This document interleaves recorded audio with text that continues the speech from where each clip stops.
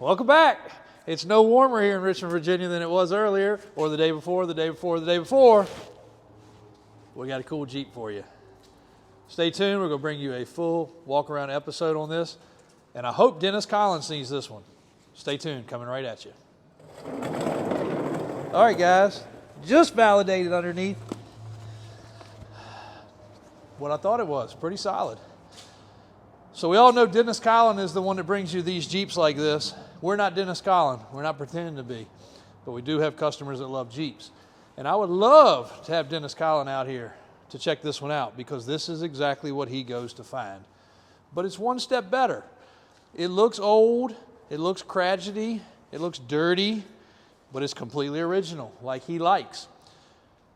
Let him leave the square bodies to us. We'll leave the Jeeps to him. So if you guys want to tag Dennis Collins or you know him, get him in here. For those that don't know who he is the Jeep guru to everyone pretty much. He was also a part of Fast and Loud and Gas Monkey and all that good stuff. So great guy. Watch his videos all the time. Seems like a real down-to-earth fella, and he knows his stuff about Jeeps. This Jeep was bought with all the original paperwork, original window sticker, I believe from the original owner by one of our customers. That is one of our very good customers and very regular customers that we talk about all the time. You've seen many of his vehicles in these videos, even though he's a private guy. He said, Jeb, it's time for the Laredo to go. He says, it's been fun, it's been cool, it's been sitting in the corner, and that is why I didn't touch it. We didn't wash it. The other reason we didn't wash it is everything's frozen. We don't have any water. We just tried to pressure wash and it froze while we were trying to do it on another vehicle. These wheels, perfect. The wheels, the tires, the lift kit, and the full axles are brand new on this Jeep. A few hundred miles only. And yes, Davis Off-Road, Brian and Daniel did all the upgrades. This was dropped off bone stock. Of course, I'm sure it had old bushings in the springs. It had the little bitty, itty bitty Dana axles. Now it has East Coast Gear Supply, front and rear, Dana 44s. Daniel's going to pull the ticket up for me, but complete hub to hub, lug nut to lug nut. Every piece of the axles are brand new. It's spring over with what appears to be either a factory or a 1 or 2 inch replacement spring. 32-inch tires, matching spare, brand new chrome, wagon wheels. They ran the brake lines, they ran the vent lines. I just was underneath there looking at it, and the Jeep was a survivor, so it's not rusty. I noticed, and I'll point it out, because somebody's going to buy this Jeep probably from this video. So I want you to see, it's got a dent right here, and it's got a small spot of rust popping up right there. The rest of the Jeep, we didn't vacuum it, we didn't wash it, we didn't do anything. It needs a carpet kit, it needs a seat kit, and I would just buff it out. These dents right here will probably come out. My dent guy may have those out by the time you guys see this truck again.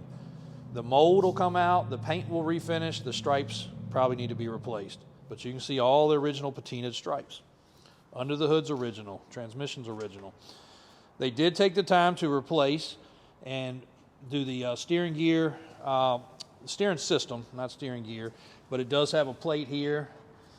It has the crossover or high steer. Everybody has a different word. I know Jeep guys are a little funny about things. So, and Daniel could not remember whether they did a lift spring, didn't do a lift spring.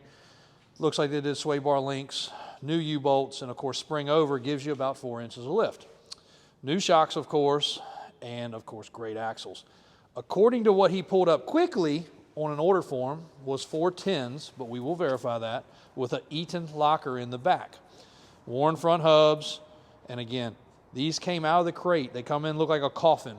Brand spanking new, axles front and back. The axles, the tires, the wheels, the labor, the parts involved to do what they did at the time, you're probably going to spend $10,000 to $12,000 to do that. Price the parts, you can look it all up. They also cleaned up underneath there, cleaned up the frame as they always do, put some paint on it. But again, I was just under it, and the bottom of the truck is in great shape. It's not been covered up with undercoat. It's very original and raw like it's supposed to be. The underside, which is hard to get a video because it's not real bright in here, but it looks like this. And that's exactly what it looks like. So you put a seat cover, you put a carpet kit in it, you buff it out. you got a great Jeep. This Jeep's $19,995, turnkey. Christian will have it online by the time this video loads. And it's just a clean it out, get it rid of it kind of price, because I don't have room for it either, and we're not Jeep guys. I don't have the photo. I just deleted it. He sent me a couple photos because I didn't want to pick up the wrong Jeep. He sent us over. That's how much this customer trusts us. He sent us over, gave us his garage code to a big garage that's full of equipment and other things. But he's a good customer. He's a great customer for the shop. He's a good friend of ours as well. He says, time to go. I'm not using it. I'm not doing anything with it. This was one of many things that we picked up from him, and a few of the others will be coming for sale soon. So Jeep Laredo, what year, Christian? 86? 86 CJ7 Laredo. In great shape. Hard top, well optioned. I'll pop the hood just so you guys can see. And I'm digging the patina look. Like, it is definitely nothing wrong with the patina look of this Jeep. It's got a Optima battery. It was hooked to a trickle charger in his garage. You can see everything under the hood is as it should be.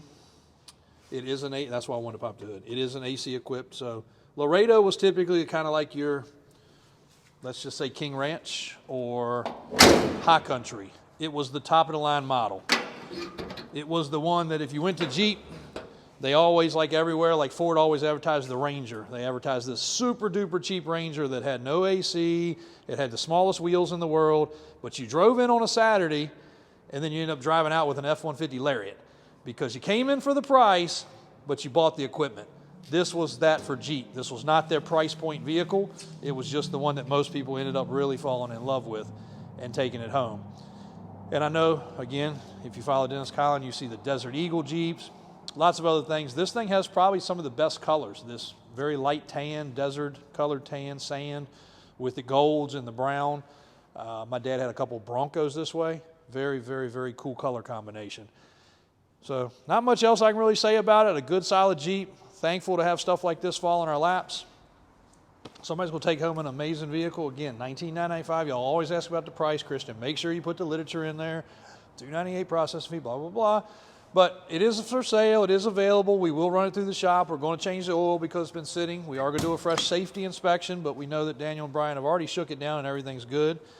This is a catalyst-equipped vehicle, so California emissions, not that I think it matters due to the year. AC, got a cool little old-school switch for those fog lights up front. Whether they work or not, I don't know. Of course, manual transmission, I didn't mention that. 132,000 miles? 137,000 miles. Christian, you didn't finish detailing it. Oh, excuse me. Somebody's got to do it. It's not too cold. Christian just said, guys, he doesn't mind wasting time, but he doesn't like wasting time when it's cold. It's probably one of the most honest statements an employee could ever make. He's all about wasting time, but not wasting time when it's cold. So I'm going to put that on camera so we can go back to this one day, because you don't hear him in the background saying, no, I didn't. He did say it, but it is extremely cold. We are trying to still do these videos. I can't do them over there where it's a slight bit warmer because I got a couple secrets in there that you guys can't see. And unfortunately, showroom number 1 over there is full of Mopars and all kinds of other cool stuff that's waiting to be shipped out. And because the weather's so bad, we try to always keep sold vehicles indoors. The square body left, if y'all didn't see that video on here or TikTok, that thing was amazing. That's headed out. The Jeep, did that leave yet? Transporter come? We got a Jeep leaving out in 01? Yeah, in 01. Headed also up north. And I think we're getting pretty caught up. The McLaren's got to go out. Something else over in the other building's got to go out. The Hellcat's got to go out. We got a few other things shipping, but shipping has been a nightmare. So if you are one of our receiving customers waiting on a vehicle that follow us, please be patient. We are trying all we can, and we are keeping the vehicles indoors so they're not cold, as cold as we are, and they're also not in the weather. So Suburban and this truck are next up for videos. We got to bring you all a little update on those, and that's about it for today. It is Thursday, January 22nd? 23rd, 2024. Thanks, guys. Appreciate you logging in. Appreciate you watching. A little different content today.